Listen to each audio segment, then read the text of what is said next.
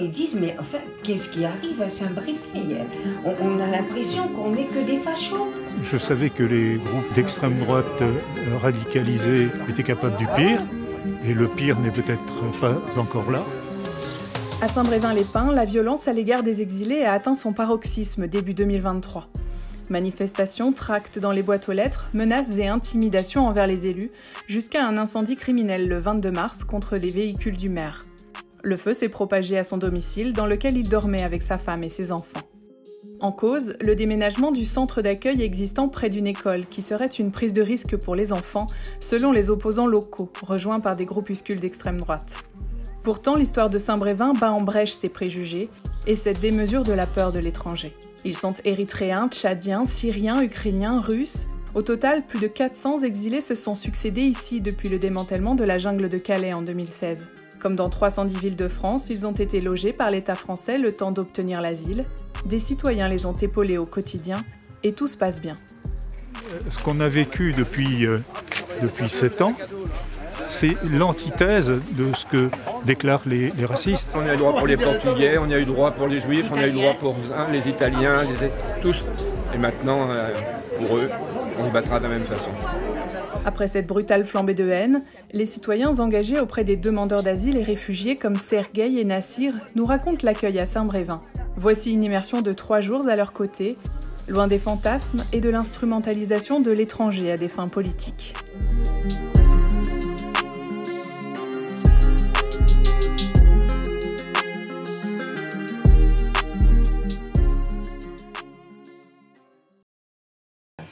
Et donc ça permettra de voir combien d'élèves on a de concernés déjà.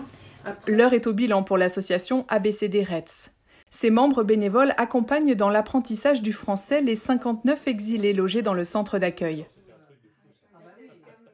Concernant Micha, les progrès sont très nets et il a été capable de passer son oral de brevet et de discuter avec le jury en se faisant comprendre, même s'il manque bien sûr encore de vocabulaire et de maîtrise des conjugaisons.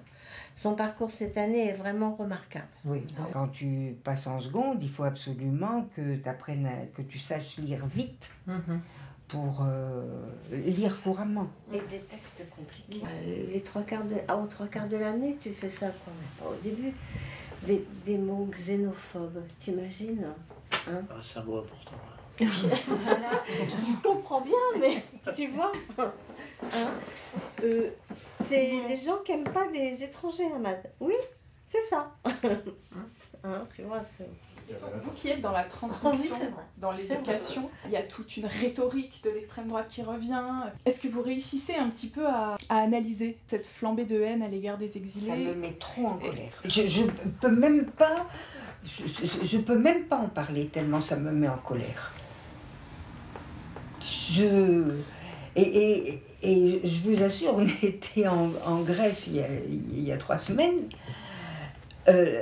Les gens, ils disent, mais enfin, qu'est-ce qui arrive à Saint-Brévin? On a l'impression qu'on n'est que des fachos.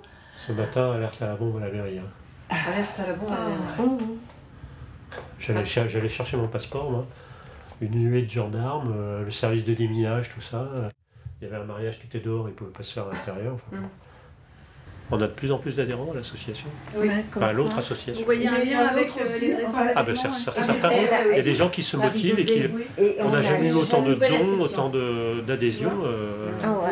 Mais bon, c'est plutôt plein d'espoir, ça, finalement. Le soir même, un autre collectif citoyen, celui des Brévinois attentifs et solidaires, fait le plein dans la salle communale. 120 personnes réunies pour une conférence théâtrale et pédagogique autour de l'exil et du droit d'asile. Depuis l'offensive violente de l'extrême droite contre le centre d'accueil local, la détermination de Philippe Rose, le président du collectif, a été renforcée par les difficultés. Le 24, on fait une grande fête pour montrer que Saint-Brévin est une terre d'accueil. Ça sera une fête musicale au parc du Pointeau où on accueillera tous les étrangers de Saint-Brévin en disant qu'il n'y a pas d'étrangers à Saint-Brévin. Donc ça sera les travailleurs détachés qui travaillent au chantier qui résident à Saint-Brévin, les familles ukrainiennes qu'on accueille depuis quelque temps malheureusement à Saint-Brévin aussi, et puis bien entendu les résidents du Canada. On a parmi nous ce soir des exilés, On a deux Russes qui sont actuellement résidents au Canada.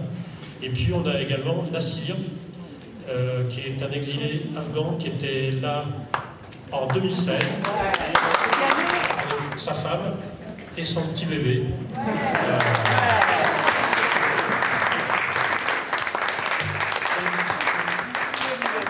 Donc je vous souhaite un excellent spectacle.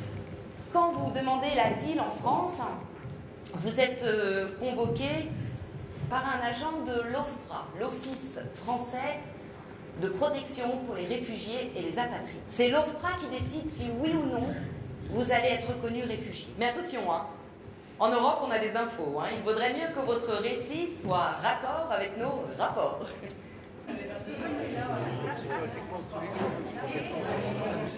J'étais en 2018, 2019, 2020 au centre à Saint-Brévin. Là vous êtes. Voilà. Sergueï est arrivé seul de Russie. Hébergé au centre d'accueil, il participe à toutes les activités du collectif pour pratiquer le français et tisser du lien. Avant, c'était là où je travaillais. Voilà. Et donc les histoires qu'on raconte, c'est des histoires qu'on va raconter. Nassir est l'un des premiers demandeurs d'asile accueillis à Saint-Brévin en 2007. Il est de retour pour présenter sa femme et son bébé de 2 mois à celles et ceux qui ont facilité son séjour au centre d'accueil. Je reviens pas de te revoir. Je m'attendais pas à ça. Et moi, je reçois une carte de résidence pour 10 ans. Avant, c'était pour 1 an. Carte de séjour. Nassir était avec nous. Il est arrivé en 2016. Il fait partie de la première vague, du premier bus qui est arrivé de Calais en fait quand ils ont évacué un peu la zone de Calais. Il est arrivé avec le premier bus, donc les 47 personnes. Exactement. Il y avait 5 Afghans, vous étiez 5. Il y avait Hachim. Ah, je ne les connais pas tous. Nassir, Marouf, Moura Malik, Hassan Azer. Moura Malik, Audi, Abdouladi. À ce moment, j'habite à Nantes et avec ma femme et mon petit Aslan, je travaille chez SDL de partir du groupe de Vinci. Heureusement, tout est bien pour moi, grâce à vous. Quand j'étais à Saint-Brévin, on a passé beaux moments. Oui. Ensemble. Donc là, on a vraiment un des parcours qui nous fait du bien, quoi. Ouais. En quittant la ville, Nassir avait rédigé cette lettre aux aidants en guide de remerciement.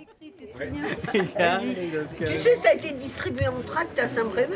Hein. Oui, il n'y a pas longtemps. Hein. Ouais, nous avons beaucoup de problèmes et de douleurs dans nos cœurs, mais vous nous redonnez courage. Jean de Saint-Brévin, je n'ai pas de mots plus forts que merci à vous dire. Nous n'oublierons jamais votre humanité. Un grand merci à vous, Français, sincèrement. Et moi. Bon, désolé, c'est un petit peu compliqué pour les... Bravo.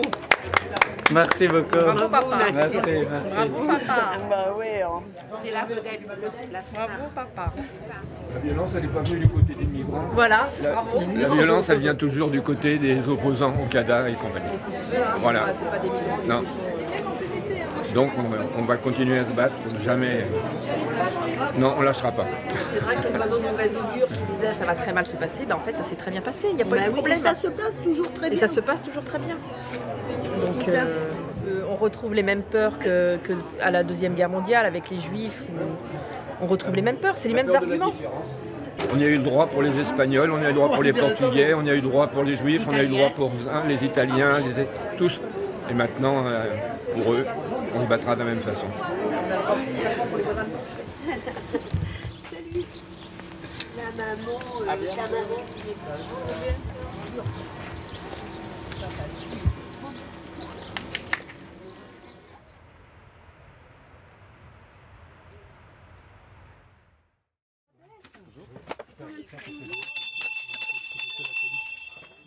Allez, on bras dans liquide là. Voilà, collectif des Brésillois, attentifs et solidaires. Hâte de faire la coche. Bah écoute, on fait ce qu'on peut. Hein. Ah non, c'est des CD ça. C'est à 2 € tout ce qui est là. D'accord. Les jeux, c'est étonnant qu'ils ne partent pas plus. Ils sont neufs ces jeux. Ils sont neufs les jeux.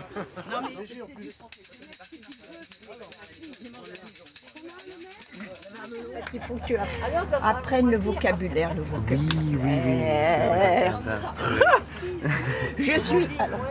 Je suis incapable d'apprendre le russe. Il y a un bouquin, le russe pour les nuls. Là, regarde, le russe pour les nuls. Mais je suis une brêle en langue. Mais moi, il m'épate. Ah c'est vrai. Ce collectif, pour moi, c'est magnifique. Ma vie, comme ça se fait 4 avant et dernière. C'est beaucoup de mots qui voudraient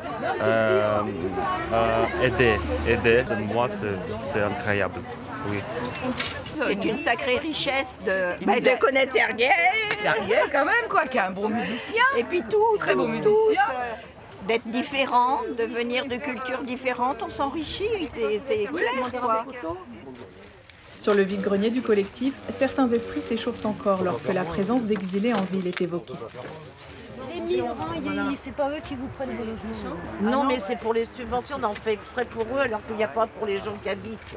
Mais le résultat est que la dame, à sa maison qui brûle à Saint-Brévin, on n'est pas capable de lui donner un logement. À côté de ça, on loge 80 personnes à Saint-Brévin, moi c'est ce que je lui ai dit. De toute façon, ici, c'est... Il n'y a pas de médecin, il y a des médecins pour les migrants. Oui. Il faut expliquer aux gens ce que c'est que les exilés, pourquoi ils sont là, et que le problème de fond, c'est pas ça. Hein. Malheureusement aujourd'hui, les richesses, il y en a certes, mais pour moi, il y a une mauvaise répartition. Et puis dans le même temps, il y a les guerres, et les guerres au Soudan, les guerres au Yémen, qui font qu'il y a des gens comme ça qui se déplacent. Et puis avec le réchauffement climatique, de toute façon, c'est inévitable qu'on aura aussi des gens qui vont se déplacer. Hein. Et quand on connaît l'autre, tous les préjugés tombent. Il ne vient pas ici pour mettre en danger les populations. Il vient ici pour se mettre à l'abri. Nous l'aidons à se protéger et par là même, nous sommes des facteurs de paix. C'est-à-dire que nous créons de la paix au quotidien en permettant aux Brévinois de connaître le vrai migrant. D'autant plus que ce qu'on a vécu depuis 7 ans, c'est l'antithèse de ce que déclarent les racistes. Un chef de la gendarmerie de Pornic-Saint-Brévin a été déclaré, il y a 1 an, la presse s'en est fait le relais, a été déclaré qu'il n'y avait eu, depuis 7 ans, aucun fait notable de délinquance que l'on puisse attribuer aux quelques 400 migrants qui sont venus successivement ici, et essentiellement des hommes. Bien sûr que les choses elles vont se faire et que demain personne n'en parlera plus, parce que ça sera normal. Nous humanisons des êtres qui, par les racistes, ont été réduits à l'animalité, au déclassement. Nous disons en acte que les migrants, les chercheurs de refuge, sont nos frères et sœurs. Pas en parole, ça ne suffit pas la parole. La solidarité se paye d'actes, d'engagement. Voilà ce que nous essayons de faire. Nous deux, qu'on est bien heureux, nous deux. Alors que la question de l'accueil des exilés reste clivante, ces citoyens solidaires aimeraient que cette réalité sans accroc puisse émerger dans le débat public.